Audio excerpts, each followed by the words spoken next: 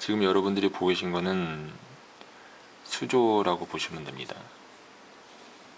수조에 물을 담아 놨을 때 그 물의 양, 즉 수압에 따라서 그 물이 흘러나오는 수류라고 하죠. 물의 흐름이 빨라지거나 느려지게 되겠죠. 뭐 굳이 제가 예를 들지 않아도 뭐 잘 아시겠지만, 아파트 일반 그 수조 형태로 된 아파트의 경우에는 그 상위층으로 올라갈수록 수압의 세기가 약합니다. 그거는 이제 아파트가 이렇게 돼 있을 때 위에 이제 수조가 이렇게 있는데요. 여기에 이제 물을 따라 놓고 이제 각 층마다 물을 받아 쓰는 구조인데, 이 제일 위에 있는 이 세대는 이 정도의 수압밖에 없는 거죠. 보십시오. 제일 아래층에 있는 이 세대는 이만큼의 수압이 작용되기 때문에 같은 양의 물이 담겨져 있어도 이 누르는 힘에 의해서 수압의 세기가 더 세지는 이런 구조로 되어 있는데요. 이 전압의 세계도 마찬가지입니다. 여러분들이 전압, 그러니까 볼테지가 높을수록 그 전류의 세기도 강해진다고 볼 수가 있겠는데요. 그리고 또 그걸 방해하는 요소가 또 있습니다. 이렇게 갑자기 수도관이 좁아진다면은 이만큼의 공간 때문에 물의 흐름이 방해가 되겠죠. 이거를 이제 저희들이 저항, ohm이라고 또는 R이라고 표시를 하고, 누르는 힘의 세기는 전압, V, 볼트라고 얘기하고, 전류의 흐름은 암페어, A라고 표시를 합니다. 자, 지금 제가 보여드리는 이 그림이 여러분들이 전압과 전류와 저항을 이해하는 데 있어서 가장 기본적으로 머릿속에 넣어야 될 그림인데요. 이 그림만 보면 이제 단순히 이해가 되시겠죠. 하지만 이런 내용들이 아무리 복잡한 기판이나 아무리 복잡한 전자제품에도 그대로 모든 것들이 다 적용되고 있다는 사실입니다. 그래서 저 같은 경우에는 어떤 기판 하나 보면은 기판에 이제 뭐 파워 서플라이가 있고요. 여기 이제 CPU나 MCU 같은 것도 있고, 여기 각종 소자들, 뭐 램이나 그리고 각종 IO들도 있고요.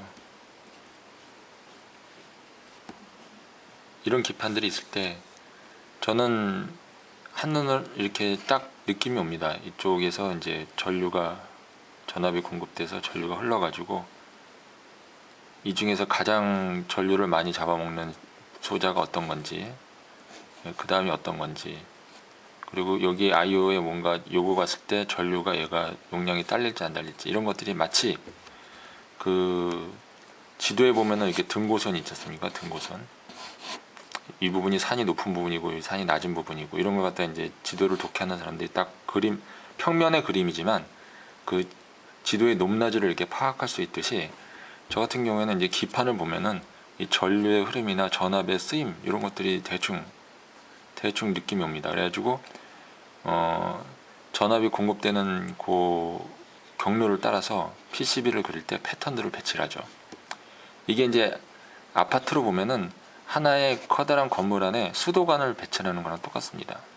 메인 수도관은 좀 커야 되겠죠. 그리고 이제 거기서부터 이제 이렇게 좀 적게 쓰이는 곳은 좀 패턴의 굵기를 얇게 해도 되고요. 그리고 간혹가다 크게 쓰이는 곳은 그 잠시나마 이 전류가 이렇게 감당하지 못하는 거 갭을 좀 이렇게 막아주기 위해서 콘덴서 같은 걸 좀 중간에 많이 붙여 놓습니다. 특히 CPU 같은 경우에는 이게 CPU가 그 갑자기 막 돌아갈 때와 좀 이렇게 좀 대기 상태로 갈 때도 있고, 뭔가 이렇게 전류의 소비 패턴이 일정하지 않는데요. 그래서 이제 CPU의 전원 단자를 보면은 이제 VDD하고 그라운드가 붙어 있는 경우가 많습니다. 그 이유는 VDD는 이제 플러스 측 전원이고 VSS는 이제 마이너스 측 전원인데, 이게 붙어 있는 이유는 보통 이제 전압을 이렇게 공급할 때 이 MCU의 소비 패턴이 일정하지 않기 때문에 여기다가 디커플링 콘덴서라는 걸 달기 위해서 이렇게 해놓은 겁니다.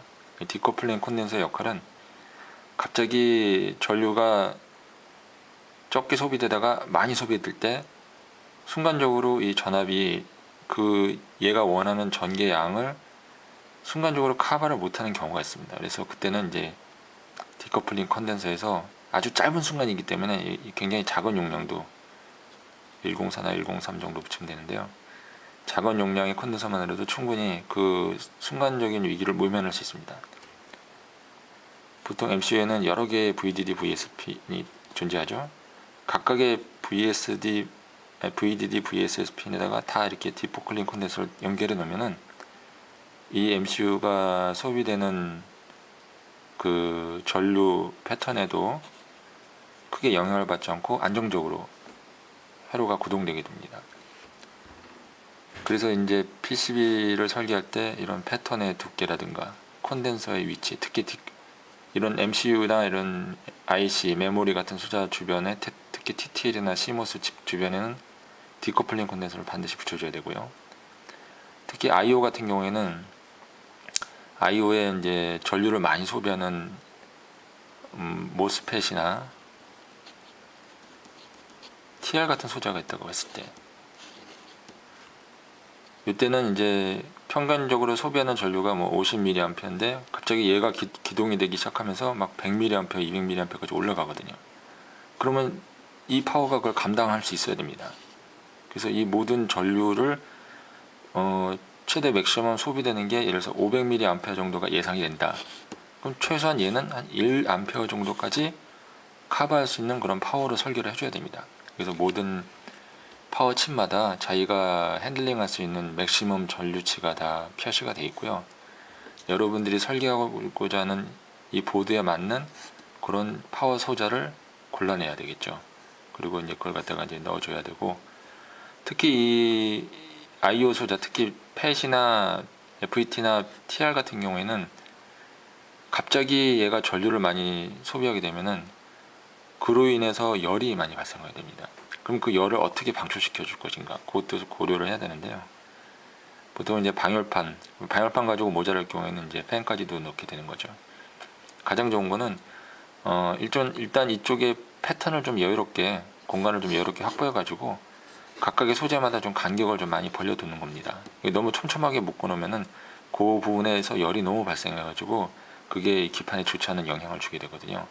그리고 이제 이 열로 이렇게 공기의 흐름이 좀 이렇게 흘러갈 수 있게끔, 그래서 공기에 의해서 이제 열도 좀 뺏기게 만들고, 거기다가 이제 방열파도 좀 붙여놓고, 그것 갖고 안 되면 이제 여기다 팬 같은 걸 달아서 공기가 배출되게끔, 팬을 거꾸로 달면 안 됩니다. 이렇게 바깥으로 배출되게끔 달아야 됩니다.